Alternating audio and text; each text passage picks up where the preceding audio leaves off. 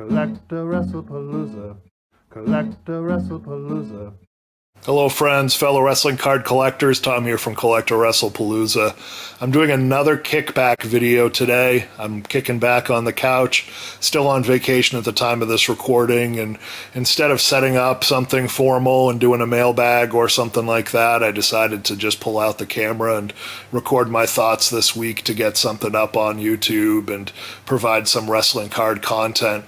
I don't really have anything planned. Like I said, I'm still on vacation this week. It's been a great week. I've just been relaxing, doing some painting, getting some of those custom one-of-one art cards out, doing a little bit of buying. I actually bought my first 1986 scan lens Hulk Hogan today. Thought it was a great deal. It was in a PSA 6, and then looked and saw I paid about market price, but I think more than anything the market is just way down for those cards, and I feel pretty strong about the scan lens versions of the Hulk Hogan, the 1986 tops. I checked out the pop reports in PSA, and where the tops has 1,000 copies of the Hulk Hogan graded, say, OPC has maybe 200 versions of each one graded, and then Scanlens has maybe 20 of each one graded, maybe 30. So it's a pretty rare card, and it's one of those cases of buy the card, not the grade, but I did find it in a 6, and I jumped all over it. I noticed that his number 16 rookie card has actually sold quite a few times in the Scanlens Australian brand over the last few weeks. I think some folks might just be dropping it from their collections as they get out of the hobby during the depression, during this downturn. But like I said, I'm still in it to win it. I'm thinking long term. And I was thinking about that as I was driving to the card shop today, going to buy some one-touches. I said to myself, why am I still into wrestling cards? And what is the reason that I'm not panicking or not jumping out of the hobby as prices go down? And the reason is I'm taking a real long-range view of wrestling as a category in sports card collecting, and I think that's a healthy way to do it. If you look at WWE, and I've said this before on my channel, look at their stock. I bought in on WWE stock when it was about $50 a share, and I think it's up over $100 a share now just a few months later. Look at Money in the Bank 2023. That was their highest grossing pay-per-view ever or something like that. I saw a headline that read that. And look at the quality of the talent, look at the reach and the scope of WWE as a brand, as an entertainment and merchandising company. It's global now. It's not going anywhere. And I think most importantly, it's reaching out to a wider audience, meaning that it's family friendly, families are watching it. People are really into wrestling and the culture of wrestling. So I don't see wrestling going anywhere, and I see its viability as a sporting category only growing. And therefore, as long as sports cards continue to stick around, I think that wrestling cards are really not a bad investment. I hesitate to say investment, but I don't think that the risk is as high as investing in some of the higher priced sports, basketball, football, hockey, things like that, where there's always been a collector base, and I don't see the collector base increasing in those sports, whereas the collector base in wrestling might continue to increase. So today's video, I'm going to mention my thoughts as I have been doing, but also I want to show you my watch list on eBay. I thought that might be a fun thing to go over. I haven't looked at it in a while. Let's look at it together. And also provide me some feedback. What do you think of this style, just doing these kickback videos where I'm laying down on the couch, propping the camera up, and just talking extemporaneously and connecting to the viewer in that way? Is that a good style for me? Should I go back to the mailbags? Should I go back to flip-throughs? Tell me what you enjoy so I can cater the content to you and get something relevant up there on YouTube for you to enjoy. But with that, let's check out my watch list. So here it is. As I stated, I haven't looked at this in a while. I have not been buying much. I've been focusing more on posting some of my current inventory onto eBay to get some sales and maybe generate some income before I buy more. I know I have the thought that the hobby is down and it might be a good chance to buy, but I'm also sitting on a lot of inventory and trying to be realistic and healthy about it and not scratch that itch all the time and buying new pieces for my collection. The only reason I bought that scan lens card this morning is because I had a couple gift cards that my wife gave me last Christmas that I still hadn't used yet, an eBay gift card and a Visa gift card, so I used that to fund the purchase. Starting at the top of this watch list here, you can see a 1990 classic WWF number 127 Ultimate Warrior and a PSA 10. If you're going to invest in that card, PSA 10 is the way to go because it's an abundant card, but I also feel like it's a iconic card. I relate it to the Upper Deck Ken Griffey Jr. rookie. Abundant, but sought after and iconic in the hobby. You could call it a junk wax era card, but I still think the PSA 10 is a grab, and if it's under $100 at some point, I might grab one. Usually they sell for just over $100 or thereabouts. I think somewhere between $100 and $200. I think under $100 might be a floor for that card. I just don't see the demand going down long term.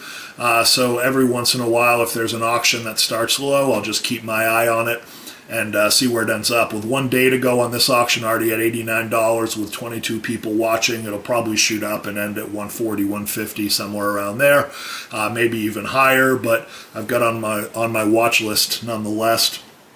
Right under that, we have a WWF Hulk Hogan Scanlens rookie card.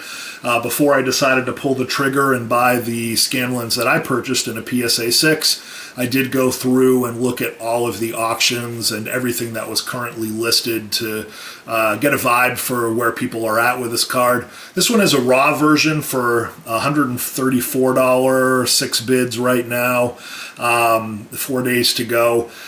I think people tend to overpay for raw cards. You look at it in the picture and it looks great and it looks like it's going to grade really high, and then you send it to PSA and you get a 3 or a 4 or something like that, and I'm just not willing to take that risk. So I'd rather know what the grade is going to be if I'm going to buy a reputable card, and then of course there's always the chance you get a forgery or a fake. So this is a raw version. The pictures looked really good, but I decided not to jump in on that, seeing that I wasn't going to get a real steal on it, where it's already at $134 with 4 days to go. But I put it on my watch list because I wanted to see where it ends up. Let's see what else we have here on the watch list. Scrolling down, we've got a Bruiser Brody 1982 Wrestling All-Stars and a PSA 7. Been watching that card because the market has gotten a rush of them into eBay. I never used to see a lot of them. I see a lot of listings now, and the price is way down. So more than anything, just watching that to see where it ends up. I might consider upgrading mine. I think the one I own is in a 5 or a 6. If I can get a steal on the 7, I'll jump in and then maybe try to sell my 5 or 6 at the same price and convert up at no cost to myself. But that 7, $10.50 with 4 days to go.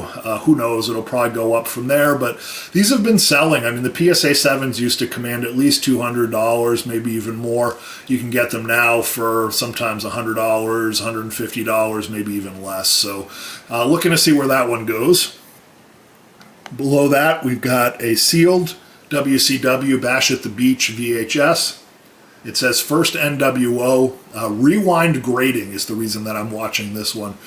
I like those early WCW videos, the ones that aren't the best of WCW, the ones that are the legit early VHSs of theirs have some of the stars later in their careers, Diesels and Hulk Hogan NWO and Scott Hall and a lot of the big names from that era, and I like the graphics, I like the style of the WCW at that point, and it was just an interesting federation. So you can see it's already at $31, which for a sealed VHS is not that much, but with 4 days to go, that one's going to go up. And more than anything, I don't know much about this Rewind grading company. I don't know if that adds value, so where it's somewhat of a dark horse title and then also a dark horse grading company, I thought it would be some interesting intel to see where that one ends up. Below that, New Jack, mint on card. I've been wanting that particular figure for a long time. Usually people have them $100 to $200. This one is on auction. It's only at $50 right now with 5 days to go.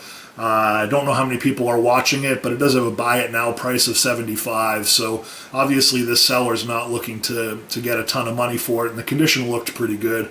I probably will still wait, just seeing that there is a pretty liquid market for that figure. I don't think that The market's going to dry up anytime soon, and the only reason I want it is because New Jack is one of my favorite wrestlers of all time, so I'll probably wait for a real steal.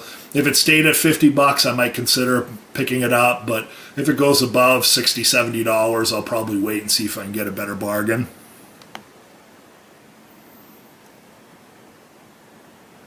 Hulk Hogan, The Missing Matches, VHS brand new sealed, $10 for that. It is an auction, again, ends in 5 days. Put that one on there at $10, I might pick that one up. The missing matches are pretty abundant, but they're known to have that great artwork on the front. There's an Andre the Giant, there's a Junkyard Dog, there's a Ted DiBiase, a King Kong Bundy, a Macho Man. There are a number of, I believe, unlicensed VHSs featuring the superstars.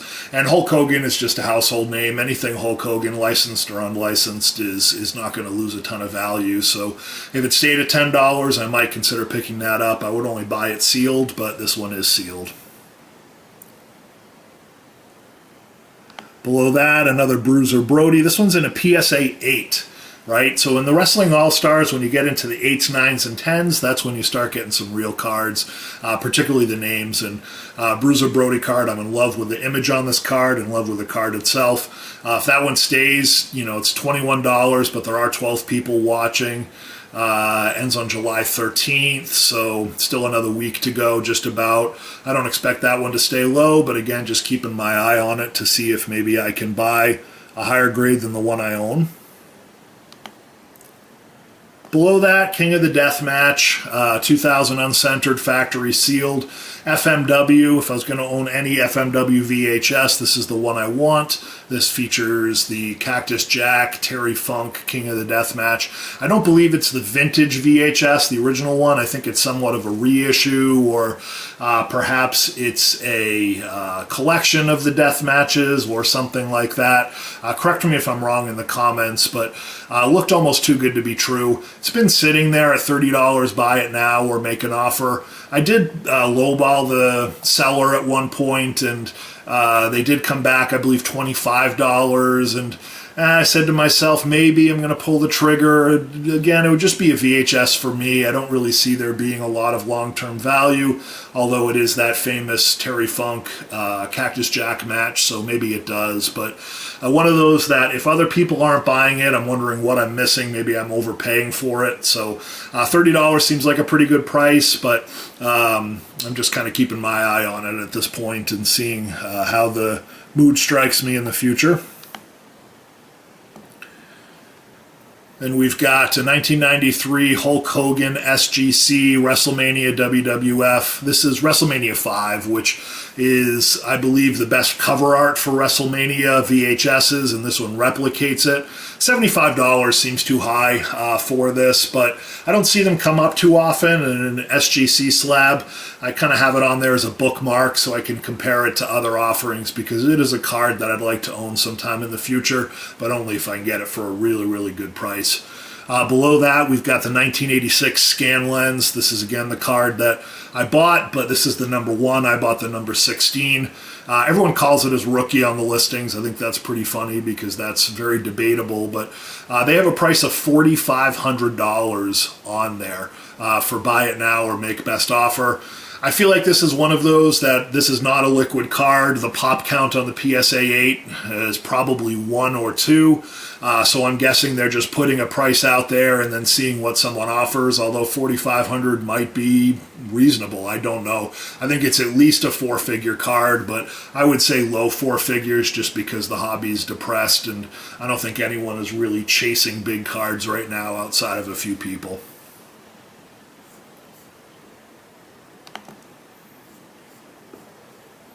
Now we're into some ended listings here. I'll go through them. First one there is the one that I purchased, the 86 Scan Lens Hulk Hogan rookie in a PSA 6. Probably overpaid, $260, but I'm happy with it. It's going to go right into my PC, and it's very nicely centered. The print is really good. The blue is very vibrant. It's one of those things that I really like. you know, I just like the look of the card. And when you're buying vintage cards, you look at the grade, but you also look at what you like aesthetically. I saw another PSA 6 sell for less than that, but it was way off center. And I don't care how nice the corners are or, you know, how white the back is. It's all about the centering on these vintage cards. You want it to have really nice eye appeal, and you want the wear to be normal. You don't want it to be distracting, as this off-centered card was, at least in my opinion. One below that I wish I had jumped on. I think it ended when I wasn't looking. Dominique Mysterio out of $2.99. I think the other reason I wasn't jumping on it is the 2023 Prism, which I don't think has legs like the 2022 Prism does, but $15.50 for a PSA 10 card, I would have bid on that if I had been online when it was ending. Another one I was looking at, if it was under 50 bucks, I was going to pick it up. I think it's worth a hell of a lot more than $50, at least to me, but I didn't want to spend $50 when it was ending, so I didn't bid on it. Brutus the Barber Beefcake. Any 1991 Merlin in a PSA 10, I've graded a number of the Pack Fresh 1991 Merlins, and I've never gotten close to a 10. I've gotten a few 9s on ones that I thought were perfect, but getting a 10 on those cards is really difficult. And it is a cool-looking Brutus Beefcake card. He is a mid-carder, but he is a name, friend of Hulk Hogan. Getting that in a PSA 10 for 50 bucks is probably a pretty good pickup. Below that, another dark horse. 1993 WCW Magazine number 12 Cactus Jack autograph. This was a Mick Foley signed Beckett 9 BAS 10. So the card itself was graded 9, and then the autograph was graded 10. It went for $172. This was, again, one of these cash flow ones. If I had a lot of cash in my account right now, I would have picked that up even for $172. I think that's a great price for that card. I think it's worth $172 without the signature. And with the signature, as we all know, wrestling card fans don't mind hard-signed cards. It's the most iconic Cactus Jack card. It's pretty rare. Getting that in a PSA 9 is extremely difficult. I don't know what the pop counts are, but I'm sure they're very low, probably single digits. So I think that card itself is a $170 card, again, signed. This one was interesting to watch because I was watching the auction and it was at about $50 going right into the last hour, and then right at the end it got bumped up by a few watchers, which I half expected, but again, I was going to put in a bid, 75, 85, 95, somewhere around there. If it was under 100 bucks and I can get that thing for a steal, I was going to jump in. 172, I was fine letting it go. Next one, another one I wish I'd been online when it ended. A 1990 classic, Ustan Turkey Undertaker rookie card. So terrible, terrible shape, but it's a 1990 Undertaker card. Only released in Turkey, incredibly rare, never seen one before. It went for 10 bucks. Whoever picked that up, nice job. I was not going to bid, and I was going to jump in right at the end and then put a bid on there and snatch it, but again, just wasn't paying attention when it ended. Very, very jealous of whoever picked that up for 10 bucks.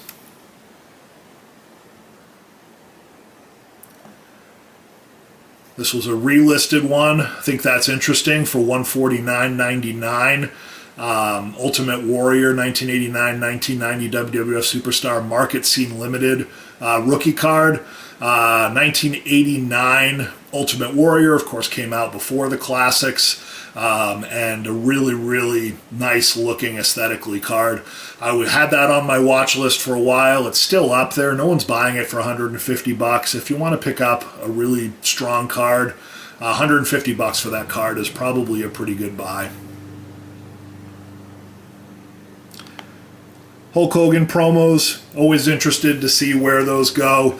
Any of the 1990 classic promo cards are all very attractive. I like that they're parallels with a different border, but then also they're different image. So that Ultimate Warrior card is my favorite Warrior card of all time. I also own a Hogan.